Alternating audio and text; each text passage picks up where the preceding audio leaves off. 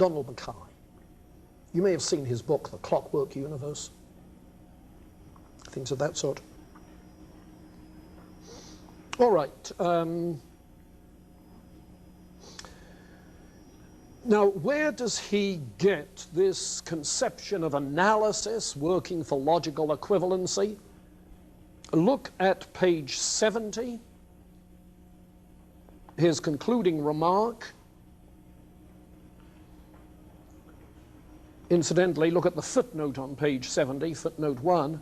There's ground for saying the philosopher is always concerned with an artificial language. That's the ideal language tradition. But the thing I want is the last lines there. It's to be remarked that the process of analyzing a language is facilitated if it's possible to use for the classification of its forms an artificial system of symbols whose structure is known. The best known example is the so-called system of logistics, symbolic logic, employed by Russell and Whitehead in Principia Mathematica. So you get a much more precise logical analysis of equivalences if you translate it into symbolic logic. Okay?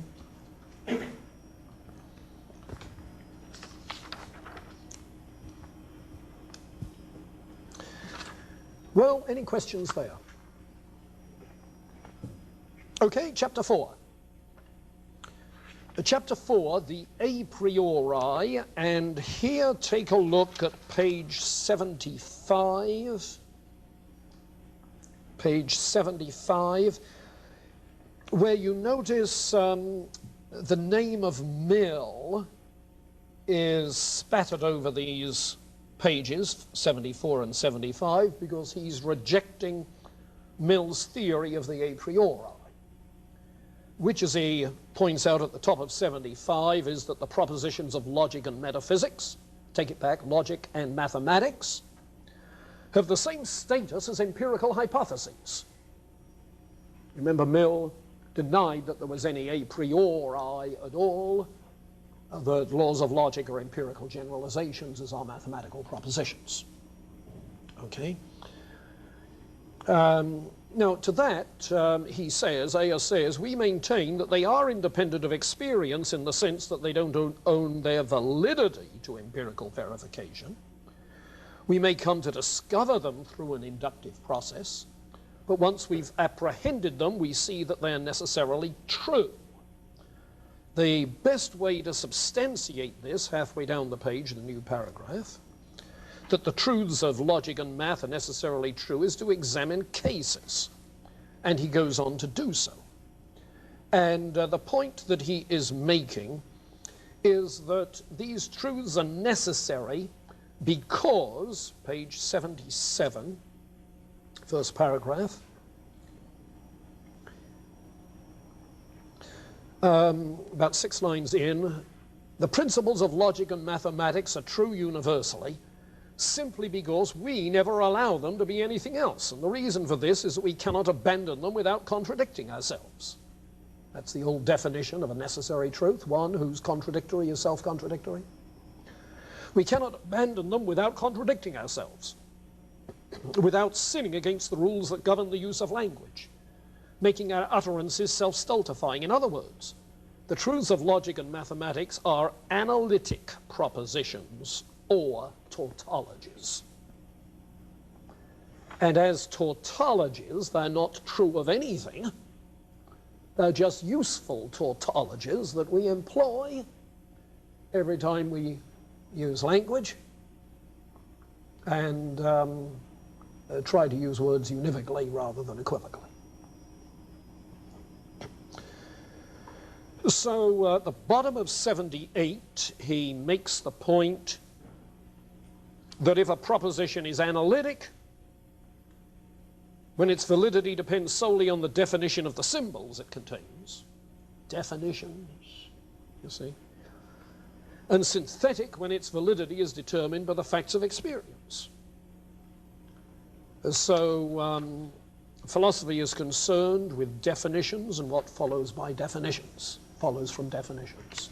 That is to say, from logic.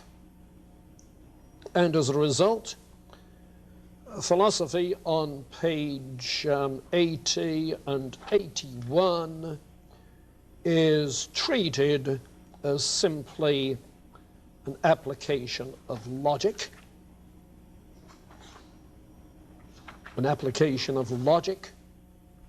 to language, the application of logic to language.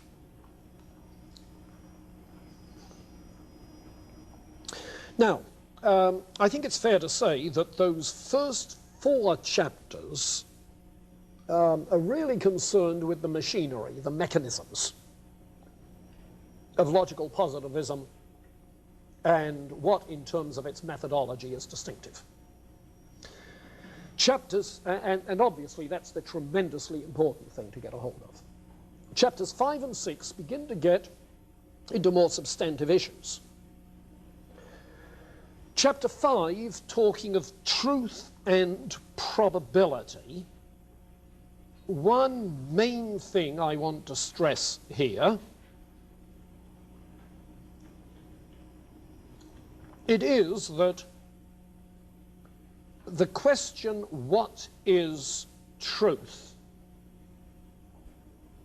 The problem of truth is really simply a problem of definition.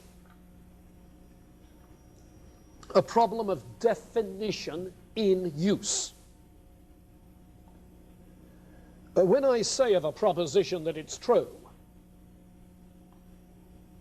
what do I mean? What's the logical equivalence?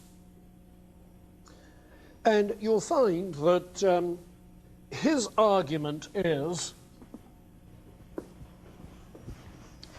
very simple, that when I say P is true, all I'm doing is asserting P.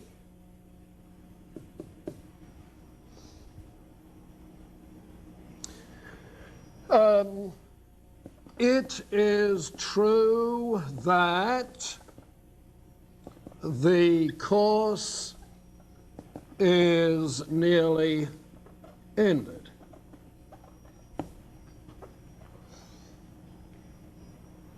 What does it is true that add?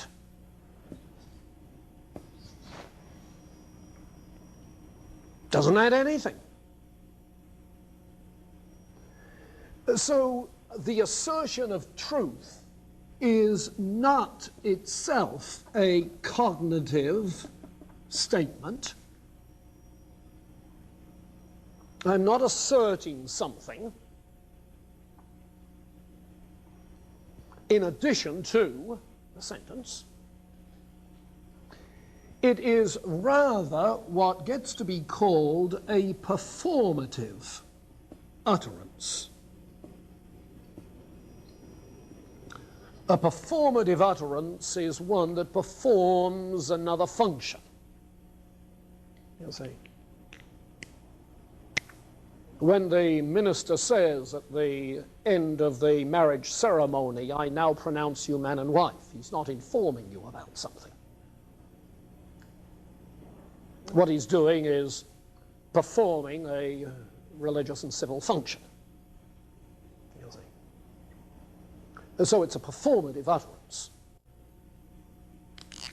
Between 2 philosophers, P.F. Strawson and J.L. Austin, became known as the Strawson-Austin debate, in which Strawson took essentially Ayer's view that all truth assertions are performatives, and Austin said, no, you cannot translate the statement "it is true that" without loss into simply a performative utterance.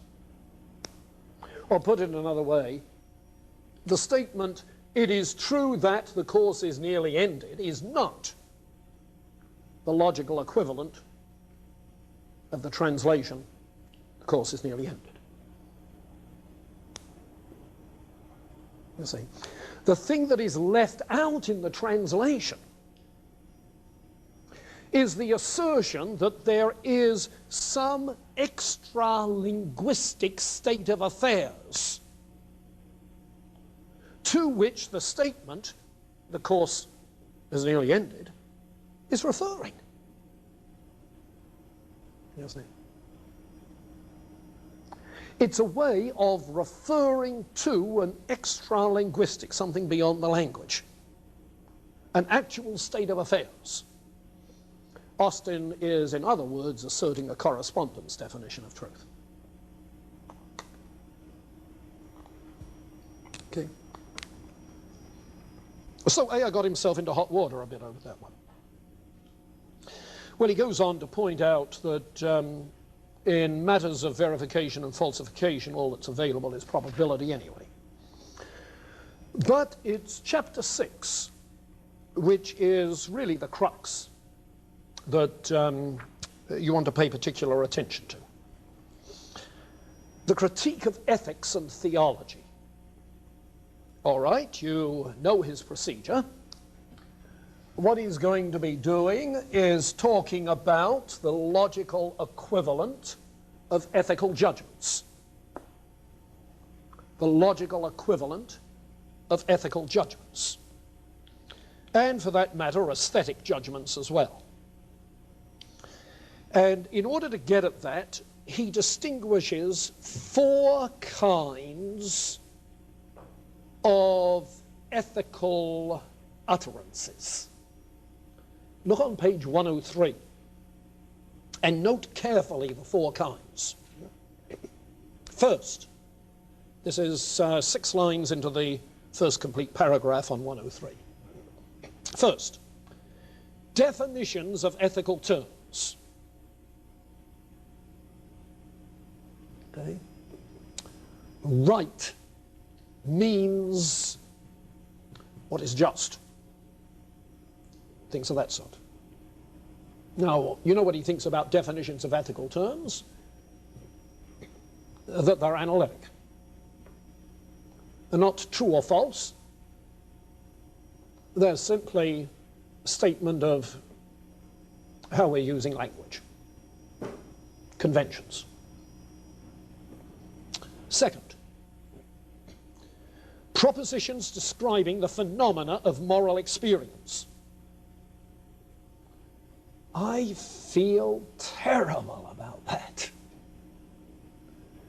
Well, that's psychologically interesting, isn't it? You see, such description of the phenomena of moral experience are psychological descriptions, or perhaps social descriptions. Society, this society frowns on. You see? So there you've got psychological and sociological statements. Third, exhortations to moral virtue. Chin up, old chap. Britishism, after all. But an exhortation to moral virtue is not a statement, true or false. It's an exhortation, an encouragement. Has a different function. Fourth, there are actual ethical judgments. Okay. Actual ethical judgments. Voting so-and-so in again would be morally irresponsible. Such and such is unjust. Moral judgments. Now, what is their logical equivalent? Now, in the case of definitions, it's fine. These are tautologies. Conventional tautologies.